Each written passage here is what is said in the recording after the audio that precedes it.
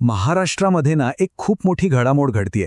तब्बल, आणि हा आकडा नीट ऐका, तब्बल 17 लाख सरकारी कर्मचारी संपावर जाण्याच्या तयारीत आहेत. आता विचार करा, एवढे लोक कामावर नाही आले तर राज्याचा कारभार अक्षरशः ठप्प होऊ शकतो. तर चला जरा खोलात जाऊन बघूया की या संपामागे नक्की कारणं काय आहेत.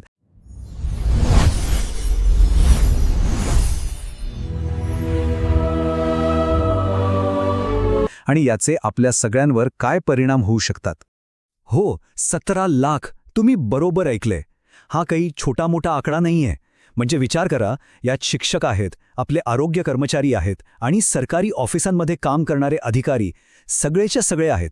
हा आकडाच आपल्याला सांगतो की हे प्रकरण किती मोठं आणि किती गंभीर आहे. आणि हो, सगळ्यात महत्त्वाची गोष्ट म्हणजे हा काही 1-2 दिवसांचा संप नाहीये.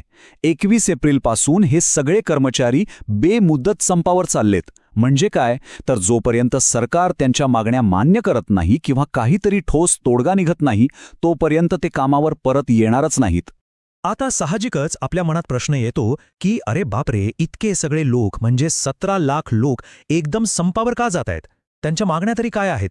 आणि या सगळ्याचा आपल्यासारख्या सामान्य लोकांच्या आयुष्यावर काय फरक पडणार? चला, याच प्रश्नांची उत्तरं आता एक एक करून शोधूया. तर या सगळ्या संपाच्या मुळाशी आहे एक मोठा आणि खूप गुंतागुंतीचा प्रश्न, तो म्हणजे पेन्शनचा. झालं असं आहे की सरकारने एक आश्वासन दिलं होतं, पण गेली 2 वर्ष झाली त्या आश्वासनाचं काहीच झालं नाहीये. ते तसंच रखडलंय.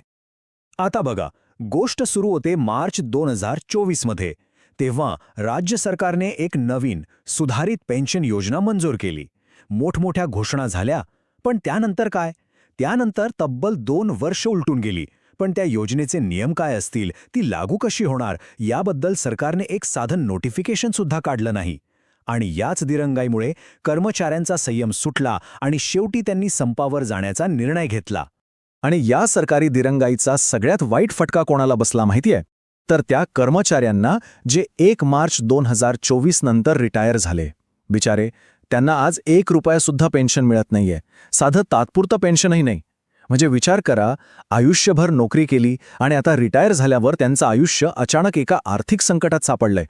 यावर युनियनचे समन्वयक आहेत विश्वास काटकर. ते काय म्हणतात बघा, त्यांच्या बोलण्यातून कर्मचाऱ्यांचा संताप आणि त्यांची हतबलता एकदम स्पष्ट दिसते.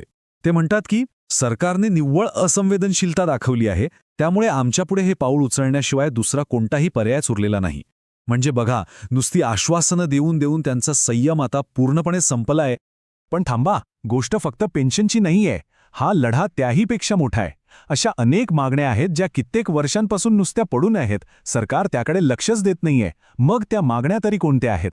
हा आकडा बघा, 35%. आज सरकारी ऑफिसांमध्ये तब्बल 35% जागा रिकाम्या आहेत. याचा अर्थ काय होतो? सरळ आहे, जे लोक सध्या काम करतायत त्यांच्यावर कामाचा अक्षरशः डोंगर कोसळलाय. प्रचंड ताण वाढलाय. या रिक्त जागा भरण्यासोबतच त्यांच्या इतरही काही महत्त्वाच्या मागण्या आहेत.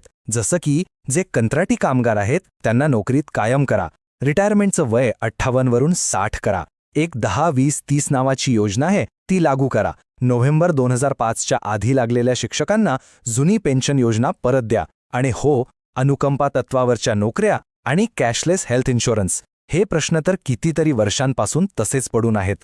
आणि यातली सगळ्यात आश्चर्याची आणि धक्कादायक गोष्ट काय माहितीये?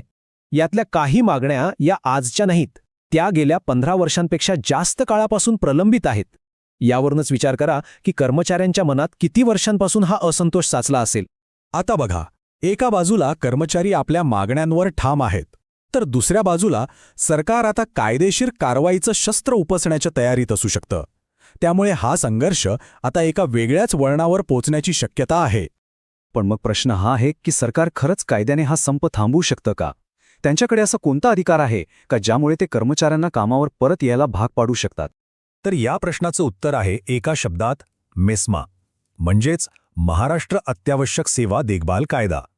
आता हा कायदा आहे ना, तो सरकारला एक मोठा अधिकार देतो. जर आरोग्य, पाणीपुरवठा, वाहतूक अशा ज्या अत्यावश्यक सेवा आहेत त्यातल्या कर्मचाऱ्यांनी संप केला तर सरकार तो संप बेकायदेशीर ठरवू शकतं. आणि जर सरकारने मेस्मा लावलाच तर त्याचे परिणाम खूप गंभीर होऊ शकतात. पहिलं म्हणजे सरकार हा संपच बेकायदेशीर ठरवेल. दुसरं, जे कर्मचारी संपात सामील होतील त्यांना 1 वर्षापर्यंत जेल किंवा दंड किंवा दोन्ही होऊ शकतं. आणि तिसरं, पोलीस कुणालाही वॉरंटशिवाय अटॅक करू शकतात. म्हणजे बघा, ही कारवाई खूप कडक असू शकते. मग आता पुढे काय होणार हाच खरा प्रश्न आहे. कारण एका बाजूला 17 लाख कर्मचाऱ्यांच्या मागण्या आहेत, त्यांच्या आयुष्याचा प्रश्न आहे, आणि दुसऱ्या बाजूला अख्ख्या राज्याचा कारभार आहे जो ठप्प झालाय. या संपाचा परिणाम थेट आपल्या सगळ्यांच्या आयुष्यावर होणार आहे. सरकारी ऑफिसमध्ये गेलं तर कामं होणार नाहीत, सरकारी हॉस्पिटलमध्ये गेलात तर तिथे सेवा मिळणं कठीण होईल, मुलांच्या शाळा, त्यांच्या परीक्षा यांचं सगळं वेळापत्रक बिघडू शकतं. म्हणजे थोडक्यात आपल्या सगळ्यांचीच मोठी गैरसोय होणार आहे. या लढाईमध्ये ना सगळ्यांचंच काही ना काही पणाला लागलं आहे. कर्मचाऱ्यांची नोकरी आणि पेन्शनची सुरक्षा धोक्यात आहे. सरकारसाठी प्रशासकीय कारभार आणि लोकांचा विश्वास महत्वाचा आहे. आणि या दोघांच्या मध्ये आपण म्हणजे सामान्य जनता, आपली मात्र मोठी गैरसोय होतीये, कारण आपल्याला महत्वाच्या सेवा मिळत नाहीयेत. तर हा आहे 17 लाख लोकांचा संघर्ष, जिथे दोन्ही बाजू आपल्या जागेवरून हलायला तयार नाहीत. आता प्रश्न हाच आहे की यावर तोडगा निघणार कसा, आणि या संघर्षात आधी माघार कोण घेणार, कर्मचारी की सरकार?